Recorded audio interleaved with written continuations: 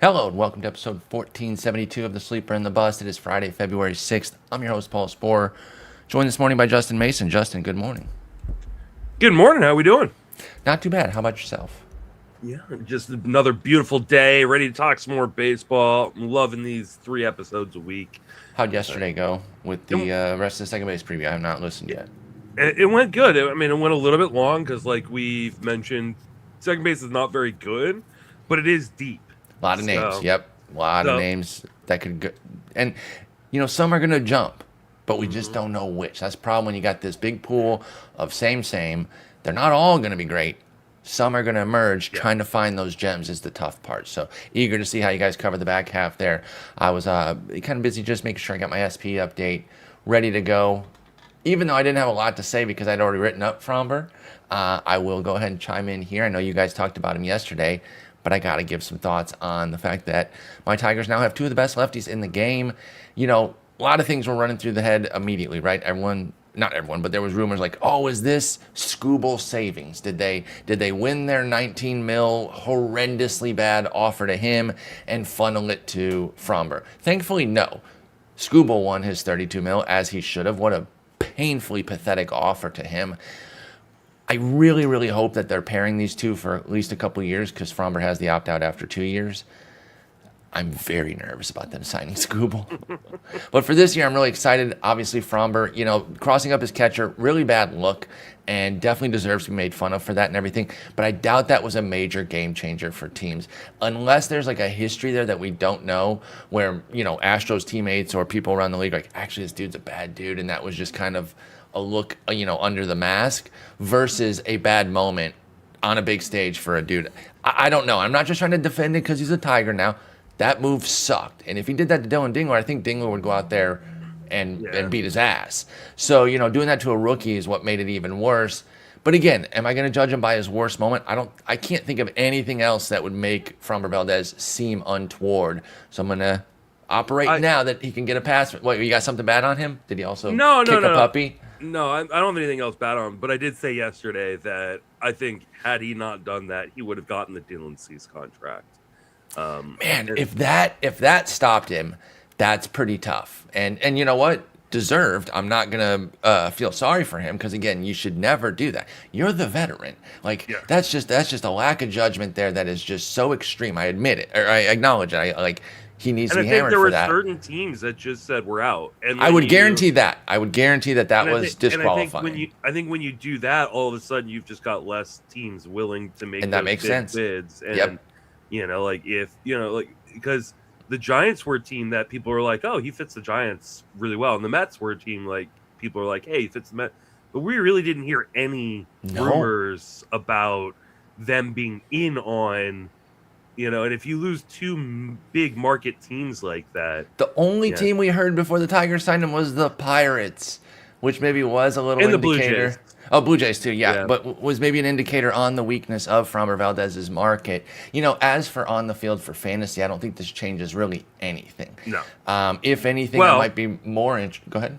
Oh, I'm gonna while you talk, I'm gonna pull up something. I was gonna say I might be a touch more interested, if only because I'm eager to see what the Tigers have in store for him. But it's not like Houston is a bad developmental team and that they wouldn't have tried to, close any gaps that were in his game. It wasn't his best year last year, and even with all the stuff swirling around Fromber, it's not like it was a bad year. He's still a pretty good pitcher. We know he can be way better. Again, as a Tigers fan, I like it. As a fantasy guy, it's, draft him where you've been drafting him, which for me is still pretty high. All right, so I brought up this page yesterday. Okay. And I want to ask you, does this change your opinion of his fantasy value at all? Because last year, Framber Valdez was on the Houston Astros, who had the third best infield defense. Wow. That is pretty surprising. And I would not have pegged that. I mean, Pena's great. And the Tigers had the 24th. So, being a big ground ball guy, does this hurt his value for you? Even just the slightest, because we know he's going to go up from his ADP, right? He's at pick 100 or so over the course of like the last month and a half or so in NFBC Draft Champions. He's going to go up because everybody goes up when they sign. Right. Especially with, how late into the draft season or free agency season that we are. Does this change things for you that, hey, maybe I'm not going to be willing to take the gamble at the new price? It's not encouraging, especially given the fact that, like, it was not his best year. So that defense was saving him maybe from a disastrous season, right? 366, 124 last year for Fromber. And if that defense was kind of holding the dam back from like a 4.25, 130 or something, okay. But it's also his worst year, right? So we're looking at his worst year with this defensive change. Tigers defense, I do not expect it to be much better, especially if McKinstry is the option at short every day. Glaber at second again. You're going to have... It's probably going to be McGonigal at some point, right? I don't find his defense to be anything that, like, improves that outlook a ton. So, no, it's not the best. What I would be curious of, just to kind of know how he succeeded in the recent years, is if 24, 23, what the infield defense looked like. Was this always something he had for himself in Houston from Valdez, and now he's going to really get a lot worse defense in Detroit? Or has it been up, down? He's had good years, bad years. But that is interesting. I cannot deny that is a bit of a scare, because I wouldn't have said that Houston's defense was as good as that. If you had said, oh, what's the defense going to be like? I would say, well, he's losing Pena. That hurts, but the rest of their infield defense probably not that good. That would have been my perception, and I would have been wrong. And you went back to 20. Go ahead. Yeah, I went back to 2022, and it drops down to the 7th because, Jose Altuve and stuff. So. That's still pretty good, though, and it's still going to crush the Tigers there, who are down at 17th as basically a league average type of team. So, that is very, and, you really have to pick nits at the top, right? Because somebody might hear a pushback like this and say, that's what you're using to make the decision. Well, how else are you splitting up Logan Webb and Framber Valdez? Right? They're the same damn player. You got to figure out like what the differences are, and that ends up going to soft factors after a while. I don't even know if the defense is a soft factor, but it's a little bit more out of their control is what I'm saying. I think you make a compelling point to certainly not move Framber up. So like you said, he will probably trickle up at least a few picks as guys do when they sign. If he moves up, say, I got him at 92 in my last 21 drafts. That's since the middle of the month, the January 15th through 2-5.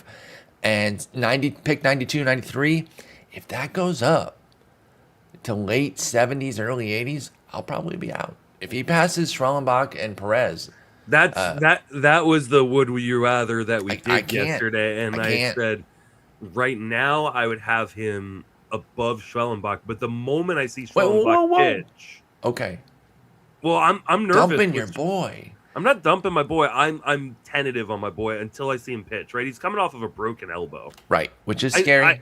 I need to see, for a guy who throws as hard as he does, I need to see him throw and be healthy before I invest, right? So, but like, there's no way I'm putting him above Yuri Perez.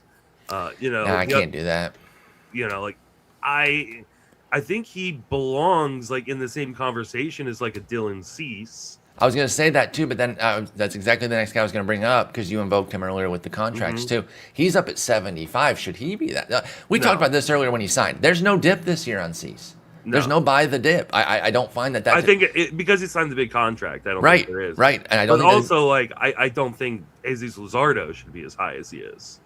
So like, I'm a little bit more compelled by that one, if I'm being real. I think he could. No, I think he could be really good. Like, I think he could be really good too. But I think what held him back? I mean, the bad outings, like the mega bad outings. But he's always had those. He's also had. Sure, but that's something that you can clean up. I really do believe that, like, as you develop, he's also had a plethora of injuries over the course of his career, which scares the crap out of me. But you know that's not going to move me the same way it does. I know. I'm going to take talent. Injuries be damned, because we cannot predict them. We're always going to have that little discrepancy between us. But from a talent standpoint, I was really pleased with what Luzardo did last year. Now, we're doing an SP preview here, and we're supposed to be getting into third base. Yeah. But he's up at 67. So to your point, he is even higher than Cease, and he's starting to inch up. People are putting the little green arrow on Luzardo, and that is where I might tap the brakes if he starts going any higher than that. Because I like a Kyle Bradish. I'm not going anywhere on George Kirby. I still think he is an ace. So if Luzardo's going near or above Kirby, I'm with you then. I pull the ripcord. I'm going to Kirby. I'm going to Joe Ryan. I'm going to Kyle Bradish. I'm probably going to Snell. I know you're not, but I'm a big Snell guy.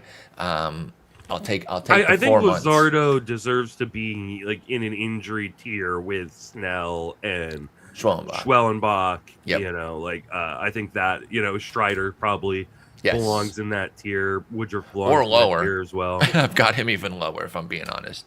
Not the biggest Strider guy this year, personally. But you're right. Again, another guy. I mean, these are all guys that I want to see in spring training, and my opinions on them could vary depending on how they look. And like if Strider has got the velo back in spring training, I'm going to be very, very interested. I've been trying to underscore that in previews too, where I'm like, hey, I'm drafting this guy in the winter, sight unseen, or hey, I'm absolutely not drafting this guy until March. Let's check back then. So I've been trying to even put that little tag in previews and say, I'll come back to this guy in the SP chart, because right now we just don't know anything. So good point on those guys. Let's get into the hot corner here, because that is our topic du jour. Once I get going on the Tigers, though, I can't stop yapping. And then transitions into starting pitchers, my two favorite topics. I'm done. All right, so let's talk a bit about third base, ranked by John Becker, handling our hot corner rankings this year, and we're following his rankings. We got tier 1 here with Jose Ramirez, Junior Caminero, Jazz Chisholm Jr., and Michael Garcia, which at second base, we said we would wait till third. We covered him in short. I went back and listened. I did not realize that we did a full deep dive there, and I think an adequate enough one that I would recommend people just go back and listen to that. If you have a tack-on thought you want to put on Michael, you can do that at the end of this tier, but we did kind of cover him in depth. I went back and listened to that this morning. So let's go J-Ram. He is the top dog here. We do not need to spend a ton of time on him. My simple question is, how high would you take him? He's got a min of 5, a max of 9 right now. Again, in the 21 draft period that I have from 115 to 25. How high would you take J-Ram? I think there's an argument to take him as high as third, honestly. Thank you. That's exactly what I was going to say. It's a little surprising to me that his min is 5, right? Not even 4. I can't believe it's not even 4.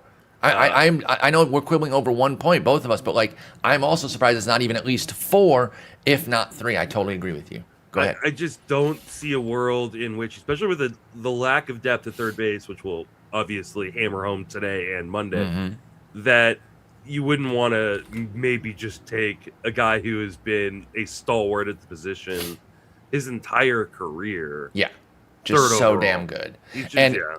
If we go back to the beginning of the month, he does have a min of 3 at that point. So if you add in another 25 drafts to the mix, accounting for the first half of the month, J-Ram's min does jump to 3. So, I agree with that. I don't think you can get him over Shohei or Judge in any world, but I think if you want to take him over Witt, I'm not quibbling with that, let alone Soto and Skubal, who are the guys going 3, 4, 5 there. So we're pretty locked there. I would be someone that would pull that trigger at 3 without a doubt. Let's go to Junior Caminero, because he's obviously a much more compelling conversation because of what kind of questions he brings. He's kind of like a Nick Kurtz with more time under his belt, right? It's not just the 1 year, but it is the one standout year. Unlike Kurtz, who is still in his wonderful park to hit in, Caminero's leaving his. And there is no price dip for that. He's still going at pick 15, 16 here. Is that too expensive? I know he's got big boy power. He should be able to play anywhere with his pop. But should we be drafting Junior Caminero 15th when he's not even going to be playing in St. Pete's anymore, but rather going... Well, technically, Tropicana is in St. Petersburg, and then Steinbrenner is in Tampa Bay, right? I got corrected about that. That's what it was. So someone, I think, in the rankings, or no, in the third base ADP movement article that I did, was all like, hey, just heads up, you keep saying this, but I think actually St. Pete or Steinbrenner is in Tampa and the Trop is in St. Pete. I wonder if you're confusing that because Steinbrenner starts with ST and so does St. Pete, like when you abbreviate it, of course. I just think Tampa Bay Rays were like in Tampa Bay. Crazy that you would think that. Which is dumb for me to actually think, because I know most stadiums are not in the city that they actually say they're in. They represent. Exactly. Right. This happens to be in St. Pete's in a terrible location. That part is irrelevant to Caminero, but the park is not irrelevant because it is a worse park to hit in. The Trop's always been a pitcher's park. We know, famously Adames said he couldn't see there, leaves there, takes off, becomes a star level player. Caminero, again, has the talent that you could compare with any young player in the league right now. 45 homers, 110 ribbies, 264, 311, 535. What are we looking at in the Trop, though? He played 177 plate appearances with them in 2024. I don't even want to analyze that. It's too small a sample to care. So what do we get from him first full year in the Trop?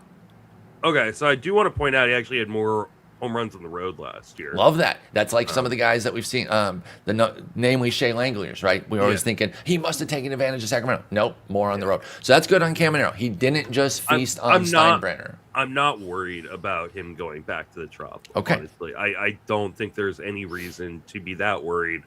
I think he's just a damn good hitter, and I have no problem with people taking him where he's going. Kind of back end of the first round. I think that is probably where he deserves to be going. Especially, again, like I said, the lack of depth at third base. Yes, creeps up on you quickly, folks. Yeah, makes me... like, there is star talent. Unlike second base, there's star talent at the top. But it falls off really, really fast, as we'll discuss here in about a tier or two. Yep. And for me, that means, like, I am often going to be prioritizing that. And, this is a guy you can add and get just an absolute crap ton of power. And I think there is room for him to just get better. Yeah, I mean... You look at his 22. StatCast profile and you go, damn, this guy really knows how to hit the ball. That is pretty insane. He's just got red, in all the key power categories that just show you that Junior Caminero has that big boy power already, despite being just 22 years old this year. Again, coming off a 40-plus homer season, it's hard not to be excited, even with the move back. So I think I'm with you. You look at the contact profiles, and the sliders are bluer, right? Mm-hmm. But if you actually look under the hood, he actually has improved his contact rates, right? His zone contact's gone up almost 3% to 84, which is right below league average.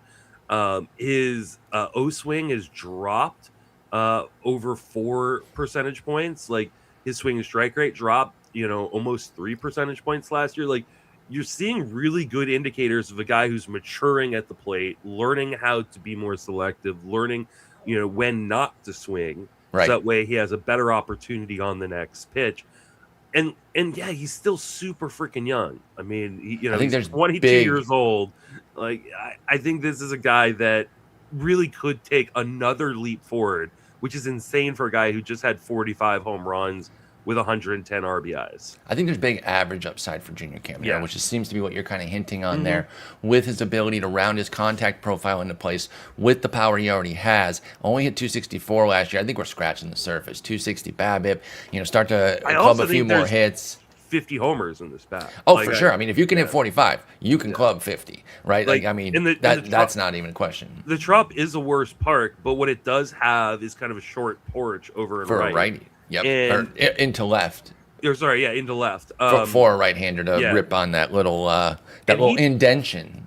And he pulled 48% of the time last year. So, like, this is a guy who can take advantage of that kind of short porch there. And I mean, I do.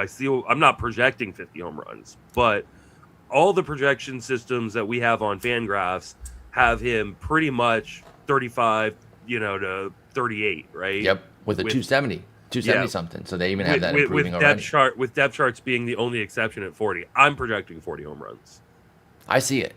It totally makes sense to me with Junior Caminero that he could still hit 40 because, again, when you really uncover the profile and dig in, this is not a product of Steinbrenner Field in Tampa Bay, but rather a great player taking advantage of that park, but also still hitting on the road. Like you mentioned, going over to the Trop. You know what I'm curious about? I haven't heard anything about it. We'll see if they talk about it in spring or anything. If the Trop does anything to alter their batter's eye, I know it was the roof that got torn off, but I'm sure there was some damage inside. As they were cleaning up, remaking stuff, I wonder if they did anything for that. Because that was kind of the key issue that Adames specifically cited, and we've heard others, confirm what he said. Yeah, it's really tough to see there. Curious if they do anything there for their burgeoning superstar, Junior Caminero. We did cover Jazz over at second base in depth, so I don't want to go too deep on him. I feel like I know the answer to this, but it is second base that you want to use him more than third, right? Yeah, absolutely. It's just I mean, I don't know, because I don't think that third base has the depth that second base does, right? And so true. So you can get Yeah, go ahead. I love the ability to move a guy back and forth. Yes, during my as draft. I'm drafting. So like, as much as I probably won't be drafting Jazz because I don't love the injury risk profile, like if I do, it does give me the option of playing him at third and kind of just skipping the rest of that position together. He is a little bit of a unicorn here with second, third eligibility, and we're talking about how utterly disgusting both these positions are. So, I do like him from that front. Manny Machado. All reliable, just keeps getting it done out there with the Padres. It's hard to feel like it's anything but more of the same. Become a little bit of a boring profile, which isn't bad up here, right? When you're this expensive and all you do is keep punching quality, 25 to 30 homer seasons, 90 to 100 ribby seasons with a quality batting average. Nobody's got a problem with that. Going to be 33. Back-to-back double-digit steal seasons the last 2 years, too, for Manny Machado. 11 and 14 with pretty good success rates.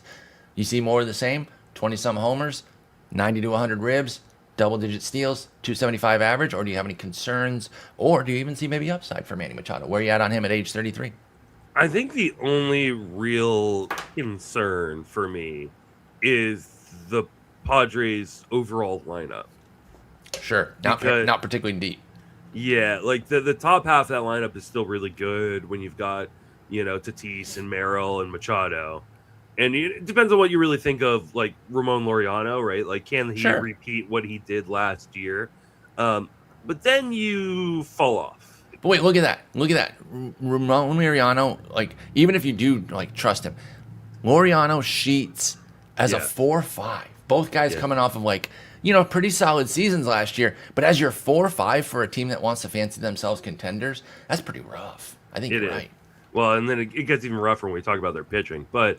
because they have no depth, right? Because it's just King, Pivetta, Musgrove. If any of them gets hurt, I think, don't quote me, but I think they're going to call Randy Jones, former lefty from the 80s, and might just bring him back. They might as well.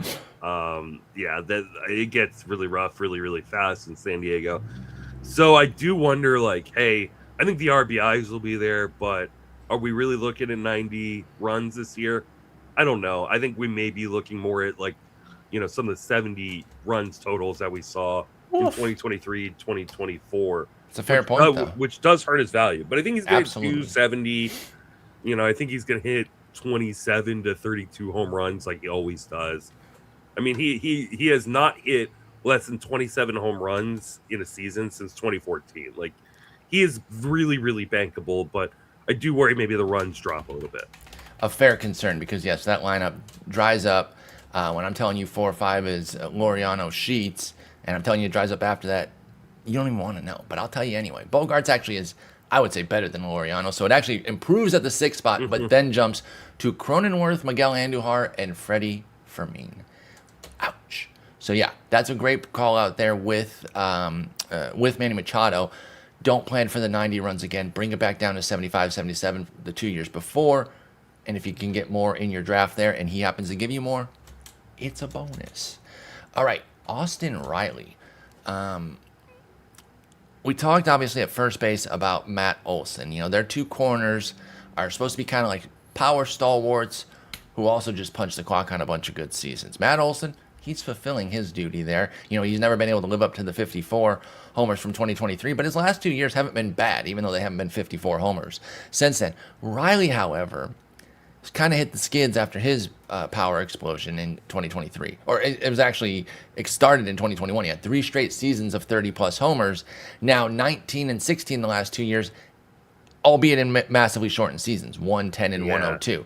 So he hasn't been able to stay healthy. He's still producing, but I will tell you the per 162 averages on those 2 seasons is still just 27 homers. So it is still less power than we saw in those 3 years. Do you chalk that up to injury with Austin Riley, or is there something more there? And if you do chalk it up to injury, how are you playing him this year after 2 injured seasons? That's really the question, is the health. Like, I don't really have much concern about the overall skill set. I just think that when Austin Riley is healthy, you look at the StatCast profile, it's all red. Yep. Like, when he's healthy, he's going to be a guy who just crushes bombs. And I think if healthy this year, he will again. And if I'm saying a lot of ifs with him right now, which is not necessarily ringing endorsement. But if the Braves are as good as we think they should be, which we say every year, with their freaking talent the last 2 years falling on their face, it's like on paper, like this should be a really, really good opportunity for Austin Riley to get back to, maybe not completely back to the 22-23 seasons, but pretty damn close. Okay. I think he should be a 30 home run hitter with 100 RBIs and 100 runs scored. Is 70? Oh, I'm sorry, I thought you were done there. Is 76 a good enough dip to buy? ADP? I think so. I think the dip is perfect, honestly. It feels right. Especially because I really don't know how much I trust a lot of the guys going after him. So he kind of, for me, represents a tier break. I know that he's in this second tier with a number of other guys, but I think for me, like, hey, there's a dramatic dip between him and the rest of the tier. The market is with you because, we are into the second tier now. It started with Manny Machado, includes Austin Riley, Eugenio Suarez, Isaac Paredes, Max Muncy, Alex Bregman, and Jordan Westbrook, who we covered at second base. But the market does not see it similarly to John. Yeah. After Riley, they might say I'm in the same tier, but there's a huge break in the ADP. Austin Riley's ADP is 76. Alex Bregman is next at 125. That is severe to me. I'm not sure he should be that far from them. We're going to get to Bregman in a moment, though. I want to go to Suarez, who is next on John's list. He just signed. He re-upped with Cincinnati, which has to have people excited, of course. He is currently at 137 ADP. I got to imagine that's going to be headed upward. In fact, I'm looking at some of the recent... Oh, my God. It is headed upward in a scary... He's a top 100 pick now. Yeah, not surprising. So he's at 137 in the sample I have here. And again, just scanning the last handful of dots, because if you click a player's profile on NFBC, you can see the most recent drafts one by one, represented by this little scatter plot. They're all top 100. Do you agree with that? He's back in Cincy where he mashed. He is a mashing home run hitter. Is Suarez a top 100 pick, given how bad third base is? I have a hard time taking him top 100, but I can understand it. I do wonder, he's climbing Bregman then. I think I think there's an argument for that. Moving to Cincinnati away from Seattle, where for sure Suarez really, really struggled.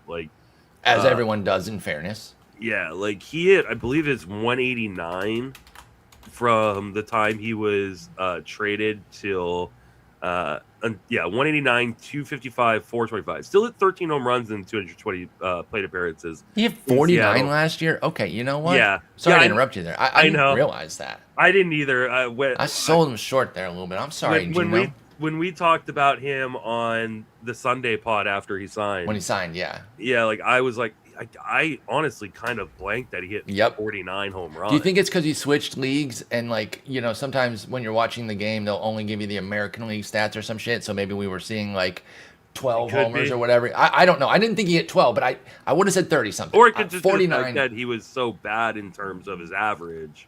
And how much he fell off with Seattle. So our last memories of him were a fall off there for Suarez. So maybe we wouldn't have said, oh yeah, he actually hit 36 with Arizona, so he ended up with 49. 49, 118, 228. The 228 was what was keeping him down at pick 137. Now with Cincinnati in tow, which again is where he absolutely broke out and was a monster, also had a 49 homer season there with a 271 average, which is 40 plus points better. And I think a lot of people are probably looking at that. Now he was 27 then. He's going to be 34 this year. So what are we getting? I know you're not going to put him down for 270, but I think you can do better than 228 as well, which is why his price is moving up. What do you think the average goes now that he's back in Cincy for Suarez?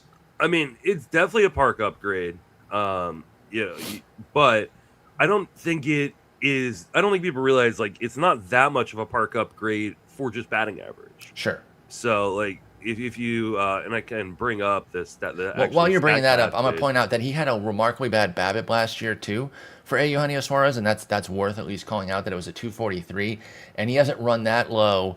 He hadn't run that low in 3 years. The last time he was that low was 2.25 with these Reds back in 2021. So even Cincinnati does not protect his BABIP automatically. We saw it with a 198 average that year. What do you got for me on the park factors here? So for hits, it's they're 21st. They're actually below 100 in terms of park factors in Cincinnati. Now, the Mariners are still the worst, right? Mariners Sure. 89 park factor for hits, and where the real huge boost is in home runs, right? Like a 12-point change, right? Like they are the Reds were the number 9 team or tied for the number 8 team in terms of park factor, and the Mariners suck, right? So like, from a park factor standpoint, people right four right-handers last year. But I don't think this is going to all of a sudden like fix the batting average woes. I mean, the dude strikes out at a 30% clip. That price point is making me think that people believe that it will automatically fix the average for Suarez. Suarez has been a guy that most of his career, his swing strike rate has been around 12%, 12 to 13%. Yep. It was 15% last year. It was by far the highest of his career. His zone contact was the lowest of his career. His O swing was the highest of his career. So like, he is definitely like this power, like, bonanza that he was on in 2025 is largely attributed to like, yeah, he said, I don't care about striking out. I just want to hit swinging dingers. From his heels, especially with Seattle, where the strikeout rate jumped up from 27 to 36%, the swinging strike rate from 15 to 17%. So 2 points there is a big deal. To your point, when he got to Seattle, Suarez was just swinging from his heels to hit bombs because he knew the average wasn't going to be there, or he figured it wasn't going to be there at 189 is what he ended up hitting with them. So I would probably have him around like a 235 to 230 batting average. So like this is a fade for me, man. I think it's got to be, right? It is, right? Because they're nudging him into that hole because it's a cavernous hole. Again, Austin Riley 76 ADP, Alex Bregman 125. No third baseman going between that. And people are thinking that Suarez is the good fit there. I just don't see it. This is the classic fading a guy coming off of a huge year, and you buy the dip, the following year. Last year, people were not giving Eugenio Suarez enough respect in drafts.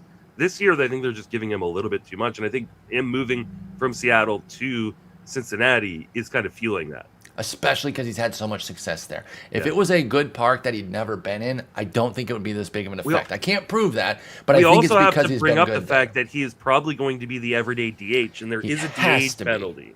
Yeah, he has to be. So you got a minus 10% there on the average. Maybe not off the 227, but off of, let's say, his career mark of 246 is his career. But the projections are saying 230s. That's probably with the DH penalty. Right.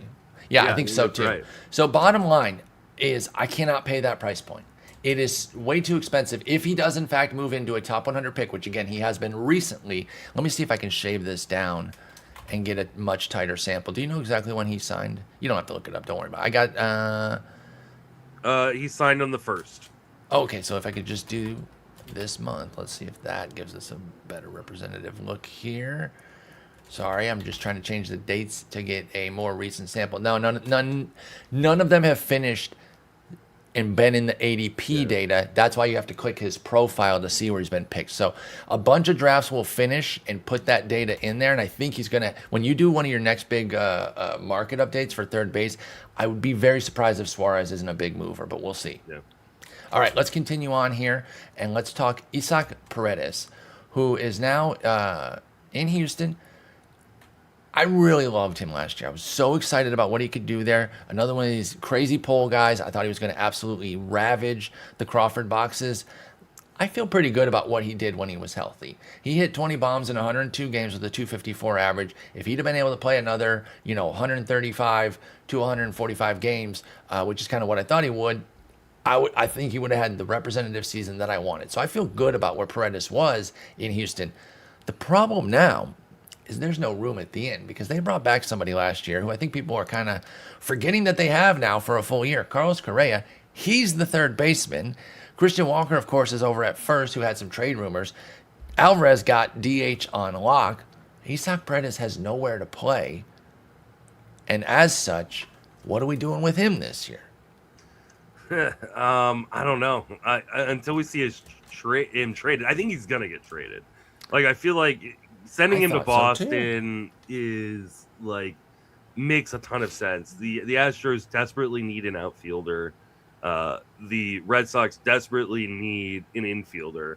I think that is kind of just a match made in heaven that Paredes is going to end up in Boston or on another team. Right. So like I don't have a problem investing in him at his current price because I do think he's going to end up on a different team before the start of the season. Or maybe they move. I don't know. Like, could they move Altuve back in the infield? Does that solve any problems for them? I don't know. Looking at their roster, like Correa could play second, right? And you put Paredes at third. Does Correa play second? I mean, he could. I think he's good enough. Yeah, I think he's good enough to. Like, but I haven't heard anything that they're going to move him there. No, I haven't. Huge arm. I am absolutely just like. I think he's blocking off third while healthy. Now that's a big caveat, while healthy for Carlos Correa. But I think he's the blocked off third baseman. Altuve at second. Now Zach Cole is playing left. Now to your point, could they move Altuve back out? Yeah. But then if it's not Correa, Paredes can't play second, so it would have to be Correa. That's the only way they can do it. Is Altuve back to left? Trade Paredes. Like I think so too. I think they were talking about maybe trading Christian Walker and nothing materialized. Yeah. And so now they're full with Paredes on the outside looking in. But there's a world where keeping him makes some sense because Christian Walker's 35 years old and Carlos Correa 31 with a bevy of injuries. So just because you have an extra guy that like us fantasy dweebs would like to see be playing doesn't mean they have to trade him. It might be more prudent to actually keep him because he's a pretty good backup for three key positions, because I should say he should be Alvarez's backup at DH too. So first, third, DH, three key guys for them that if they lose any of them, having Paredes to go in, that's pretty good. So I'll back off on the idea that they have to trade him. It just might be a bummer for fantasy purposes that you're dealing with a guy who's maybe playing 4 or 5 times a week instead of every day with Paredes. But I think they need, I mean, it's not that they need to trade him. They need to trade for an outfielder. Like this is not an outfield that a contender goes into the season with. I like Jesus Sanchez, and he makes a lot of sense in right field. Yeah. And I know Jake Myers is a good defender out there, but like Zach Cole really is the guy you're going to be. And maybe they decide, hey, listen, we still have Cam Smith in the minors. Yep. Well, on the bench right now, according to Roster Resource. I don't think there's any way that Cam Smith is. Why isn't he the starting left fielder? Why is Zach Cole beating him? Because he struggled. Zach Cole struck out 39% of the time. But they have made public statements about Cam Smith needing to actually show something in spring to make this team. Like, and there's no way they have him on the bench as like a short. No, he gotta be playing. He needs to be playing every day. So like he's either going to be playing every day in the majors or playing every day in the minors. I agree with that. And maybe that's why they're waiting. They're going to wait and see, like, you know, hey, can Cam Smith actually be an everyday left fielder for us? And if not, then we make a trade and send Cam Smith down. But like right now, as things stand, at least as far as Roster Resource is concerned, yeah, they need to make a move for left field. Yeah, it feels like there's one more move here for Houston. Again, not that they can't keep the Paredes depth, like I was saying, but rather your point about needing outfield, and he makes a lot of sense to trade at that point. They're a fascinating team. They really are. Again, horror movie villain is what I'm calling the Astros. They don't die. It makes a lot of sense why Texas, didn't decide to just tear it down, because they're looking at what the other teams in their division have done, and they're like, we can beat that. We can win this. And they're right. They can. They need health, right? Because they're very old in Texas, but they are some good health away from winning that division, and there's some great health from running away with it. Like if DeGrom and Eovaldi can combine for, let's say, 300 plus innings, and Gore develops, again, big ifs. I'm not pretending it's not. It's a huge percentage outcome, but that would be massive for them. And of course, Seager needs to stay healthy too. So yeah, there's a path for them. Houston has a path too. Let's talk some Max Muncy. He is perhaps my favorite third base pick. Kind of overall. Like I don't understand why he's going as low as he does. And 275 in my sample here, my 21 draft sample. What the hell is that? Why? I don't know. I really don't understand it. Like he's going after really, really unproven talent. Can you tell a bit of his story from last year with Muncy? Are you familiar with it? Yeah. How it changed. He struggled at the beginning of the season. He got glasses. Became a freaking nerd, baby. Let's go. And then all of a sudden, like, he could see the ball, and he was actually having some of the best statistical, numbers of his career, especially in the underlying contact numbers. And then he got hurt, right? Yeah. And so, like, we didn't get to see it all come to fruition, but I mean, Muncy is just a guy I think you can bank on for 30 bombs. And like if the contact skills hold and we get to watch him in spring, yep, like I think we could have something really, really special here. He hit 19 home runs and 388 plate appearances, and there's no reason to think he won't be healthy coming into 2026. And they'll play him. Yeah, oh yeah, he's gonna play every single day on one of the best teams in baseball. Like this is one of the easiest, picks I think there is in fantasy this year, especially at this price, because you're getting a cheap piece of the Dodgers lineup on a guy that, like, if healthy, like should be like an absolute megastar in that lineup. And I don't understand why he's going as late as he is. Kudos to John to rank him where he did, because he's definitely ranking him well above ADP with this, and I think that is right. Yeah, and I completely agree with that. I'm so in on Muncy. He's my single favorite pick here. Just considering price and everything. I'm not saying he's the best third baseman, but when you're telling me I get picked 270, and by the way, I didn't even wait for that just because I didn't want any of those snakes in the Arizona Fall League Speaker League that I'm in. Snakes like Jeff Erickson, Eric Carabell, Derek Van Riper, Jason Collette. Ever heard of that guy? Snake. Ryan Bloomfield, snake. Bubba Intrican, snake. Clay Link, do I have to say it? Snake. So a bunch of snakes in that league. I couldn't have them snaking Muncy from me. I took him at like 240. I didn't even care. Like I'll pay a little bit extra there. I am going to play chicken with it a little bit more in my drafts where you can get him really cheap, because I probably didn't even have to pay that. But it didn't cost me anybody. I still got Troy Melton with my next pick, which was the guy I was debating. So all came out well there. But yeah, with Muncy, a cheap way into the Dodgers lineup for a guy that, if he's healthy, which that's a big if, he's had 2 injury-plagued seasons these last 2 years, but if he's healthy, he's going to get 500-plus plate appearances. They will play him every day that he's upright and ready to go, because Muncy is a dude. He shouldn't be super expensive, right, because he does have the 2 injured years, but 275 is crazy. Thank you for the discount, folks. Justin and I will continue to take advantage of that. All right, Alex Bregman, as we mentioned, is rated much higher in the market. He is right after Austin Riley as the number 7 third baseman, but he's down here a little bit further for John. Pick 125. Again, I mentioned this big cavern here from 76 to 125 between Riley and Bregman. I think that's a bit of a bit too big of a gap there. Bregman's somebody I've always liked. I don't really think he's going to have any troubles transitioning over to Wrigley with the Cubs, and I think it'll just be more of the same with Bregman, which is a really steady, solid fantasy profile. It doesn't jump off the page, especially if the homers, they're never coming back to the 41, right? That was Magic Happy Fun Ball year. He's a 20-something guy, but with good average and solid counting numbers. He was great for the 114 games that he played last year. Injury was really the only thing to stop him. I've always felt like Bregman was going to age well. That's why I wanted my Tigers to get him. He didn't want the Tigers' money, but I'm still in on Bregman. What about you? He's going to be a Cub this year. Any reasons to press pause on pick 125? I don't think so. I mean, I think is it too cheap? Sorry to interrupt you immediately. Is it too cheap? Do you agree with me that chasm is just too far between he and Riley? I definitely think the chasm is a little bit farther than I expected. I don't know that Bregman deserves to be up with Riley, but I agree. Not that high, but I'm saying like pick 100. Yeah, I think pick 100 is probably right. And I do wonder if, as the draft season kind of goes on, if he kind of settles in around pick 100. That is his min, by the way, 101. Yeah.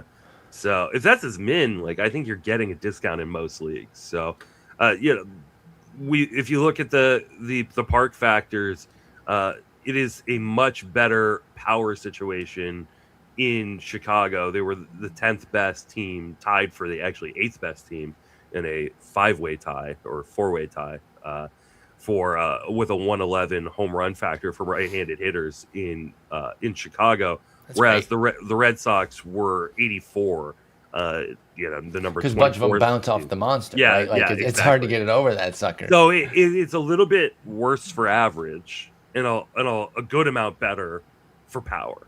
That's a trade-off I'm willing to make for Bregman. I am too, because I feel like Bregman is one of those guys who, like, if he hits 260, that's totally fine with me. Yep.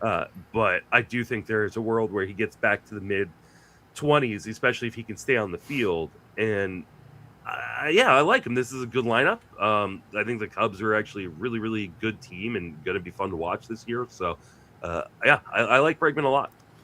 This might be my second best bang for your buck pick at third base behind Muncy. I just think he's really underpriced. He has been now for a few years, in my opinion. Bregman's somebody I've stayed in on the entire time, and I think he just gets a little bit forgotten because he hasn't reached the heights of 2019. If you're expecting that, you're expecting something incorrectly. Just pay for the 260, 25, 95, and you should be able to get that. All right. Let's go to tier 3 here. It's actually only one guy because the other guy is Colson Montgomery, who we covered at short. But Addison Barger is that other guy, and he is absolutely one of my faves. Now, I'm betting on him, right? He is not a ready-made guy that's like all set. There's some risk here, but it's picked 212. I feel like, that is around a price point where you can get somebody that has some warts. We don't know if Barger is that dude yet. 243, 301, 454 last year. A little light on the walks, keeping the OBP down. But dude smacks the piss out of the ball. 21 homers in 502 plate appearances. And that's what I'm drawn to is the raw skill for this guy. I think he's got 40-plus homer potential. I'm not projecting it, but he's got potential for that. 26 years old, can play third or the outfield. I think he'll play every day for Toronto. I love Addison Barger. Do you agree, or am I wrong? I do agree. The market is cooling on him. He was on my ADP market report and dropping a fair amount. And that pleased me, by the way. I was like, yes. Yeah, like I was actually a little surprised, and I do wonder if it has to do with Okamoto signing and Barger is going to be like strictly playing right field, in a strong side platoon. But I think often we look at these strong side platoons and we go, oh no, that just means he's not going to get a ton of plate appearances. And that is correct.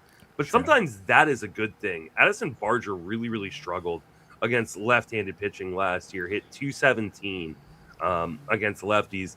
And, for him to just be able to focus on right-handed pitching and this StatCast profile is really, really interesting. He is blood red in average exit velocity and hard hit percentage and bat speed. And he doesn't sacrifice a ton of contact skills in order to do this.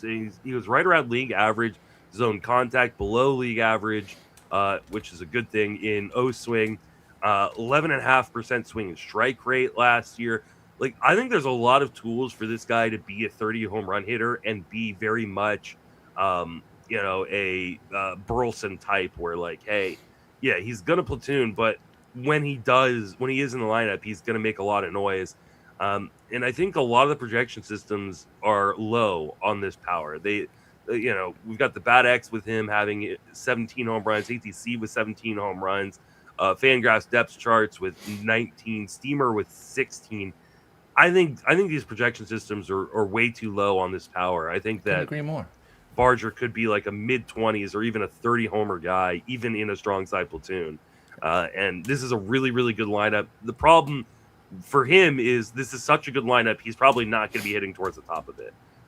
So you add in the fact that he's already going to be on the strong side of platoon. Oh, I guess we've got him hitting second. I was going to say, Jason at Roster Resource, they got him at 2. Which actually makes sense because they don't have a lot of lefties on this team. And that would be huge if he can bat that high, because then especially don't have lefties who can walk, right? Exactly. And he's not the best walker either. But if he was in the minors, yes. So if he could alter that to where he is walking 10%, and they could feel confident leaving him up there that he's not going to be flailing, that would be huge for Barger's value to be batting in between Springer and Vlad. Yeah. So I'm a big fan of Barger as well. I haven't ended up with him in drafts so far, but I think that is mostly about like where I end up taking third base, which is usually pretty early, but I definitely could see myself, getting some shares of Barger this year. Yeah, I'm huge on him. I took him in Arizona. I'll probably take him in this league. I didn't. He already went past in this league. Did I get Barger? Let me look. No, someone snaked me. Who do I have to beat up in this league? Which snake got me? Let me see. Who took Barger? Who is it? I can't find it on this board because it doesn't highlight very well. So we're off of it. Someone stole Barger from me, but I'll have him in a lot of leagues. I echo everything you said. I think there is 30 homer upside, even on a strong side platoon. Going to be paying close attention to the spring training lineups, because if he is in that top third in between those two guys, Springer and Vlad, that is huge for Barger. I think it will raise his price, but there's room to move the price up and still keep me on board when you're talking about pick 215-ish. All right. Let's go ahead and cut here. Got the first 3 tiers, and I know there's a handful of guys that we had already covered elsewhere, but we got a tier coming up next with Chapman, Bohm, and Correa, and we have to cover all 3, and I'm a little bit short on time to do that, so I don't want to short shrift those guys. We'll finish third base on Monday. We're going through our previews, folks. We're so geeked, and Sunday night is one of my favorite moments of the winter. When that clock hits 000s, I'll be on Blue Sky letting everybody know what's what. You can tweet me, folks, but I ain't on there as much anymore. So it's still there, but that place sucks, right? Like, we know that place absolutely sucks. If you still like going on there, that's fine. You don't got to justify that to me. I don't do a lot of social media anymore. I keep saying I need to, for my brand to pump up my social media again, but you can just get lost in that place, and not usually for a good reason. And I kept leaving angry every time I went. Every single time I went on Twitter, I was feeling like I was raising up my blood pressure. Just whatever it was I was seeing. Any number of different things. It wasn't always the same thing. It was always some bullshit, though. And so I was just like, forget it. So I deleted it off my phone. It's out of my toolbars. If someone sends me it's still on my phone, and I still have a lot of notifications set up, because I want Twitter's still the best place for news, right? I know. So that for me is that's sad, but when passing tweets, when I just wait for the text that I didn't need to know immediately when Fromberg got signed, because I got 52 texts from people. I did know immediately, though, right? Because I get all those texts I get from people are like the passing alerts anyway. Yeah, we've got Jason in the text thread. He is on top of it. Yeah. So look. Again, you can reach me on Twitter. If you need me to see a tweet, you can tell me to go look at it. I will, but I ain't fucking around on there too much anymore. And I'm not super active on Blue Sky either. I'm also pulling away from social media. But I'm always in my comments on my articles. I do my chat every week. I try to give really long, thoughtful answers and all that. I am still reachable, just not in that cesspool as much. So anyway. I do the opposite in my chat. Yes, you. I give very unthoughtful, short answers. So you're just quick hitting. We give different experiences, right? I'm writing mini essays, and you're cracking jokes. I'm literally running out of questions 40 minutes in. And I'm 11 minutes between questions, and what the hell's he doing? And then I come back with a block of text like this, broken up into 3 paragraphs, because that's how my brain works. So you're getting 2 different experiences with Justin's Monday chat and my Wednesday chat, and they're both fun. So come out to those. Monday we'll be back talking the rest of Hot Corner. Justin, enjoy the Super Bowl. Do you have a pick? Do you care who wins? I don't really care who wins. I think Seattle is gonna win. I think so too, but I'm not committed to that where I'm not even putting money on it or anything like that. I think Seattle's the better overall team. I think the one advantage that the Patriots have is quarterback, right? I just think Drake May is so much better than Sam Darnold. So if it comes down to a shootout type situation, but both the defenses are good. So I feel like this could be one of those 17-13 games. We could see that, where it pivots on one defensive play or something. Mm-hmm. Is Darnold our present day Dilfer? I don't think he's that bad. If he wins. I don't think he's that bad. I think he's getting treated like that. I think he's getting treated like that. I think he's more of a Brad Johnson type. Ooh, that's a good comp. Okay, I like that one, because I was trying to think who are that even when they won it, no respect. Dilfer, because that defense was magic, the Baltimore defense. Brad Johnson's a good comp. He won it with Tampa Bay, right? And they had a good defense too. Mm-hmm. Sapp and Derek Brooks and guys like that. But he at least got more credit. I do think Darnold would get that. Again, I'm on Seattle. I don't really care. I'll try to enjoy it. But I'm looking forward to baseball. Oh, and Bad Bunny. I'm a huge Bad Bunny guy, so eager to see him at the halftime show. I'm looking forward to wings. I make a lot of wings. Now you're making me hungry, because I'm about to go eat breakfast, so don't stop doing that. Have a good one, Justin. We will talk Monday afternoon sometime. Take it easy. Peace.